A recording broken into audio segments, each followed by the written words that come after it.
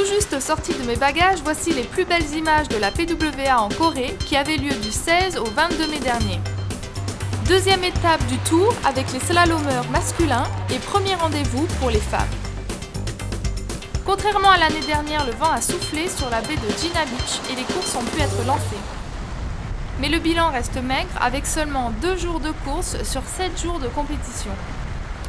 8 manches pour les femmes et 5 pour les hommes qui ont permis à la France de briller avec 2 Français dans le top 5 masculin et 3 Françaises dans le top 5 féminin. La première journée de course permet de valider 4 manches pour les femmes et 3 pour les hommes. Le vent thermique met du temps à se lever et les filles font les frais d'un vent capricieux et léger dans la première manche du jour.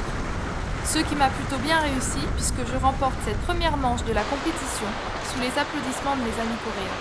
Les manches s'enchaînent et le classement commence à prendre forme avec à la première place le champion Antoine Albo et chez les femmes c'est Karine Jaggi qui prend la tête. Finalement la journée se clôture avec un vent fortissant à 20 nœuds au grand bonheur des garçons toujours en course.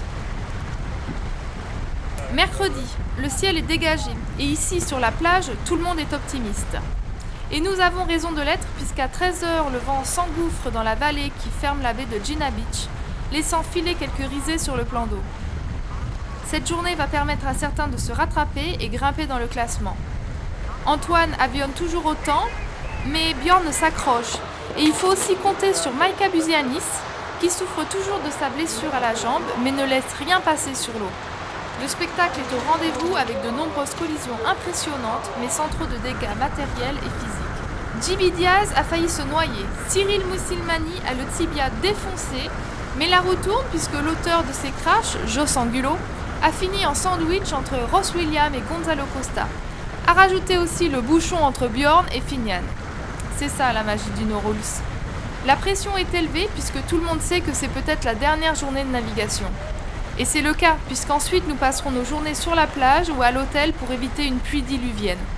Le classement de cette étape est chez les hommes Antoine Albo premier, suivi de Maïka Buzianis, Björn Dunkerbeck, Fignan Ménard et Cyril Moussilmani.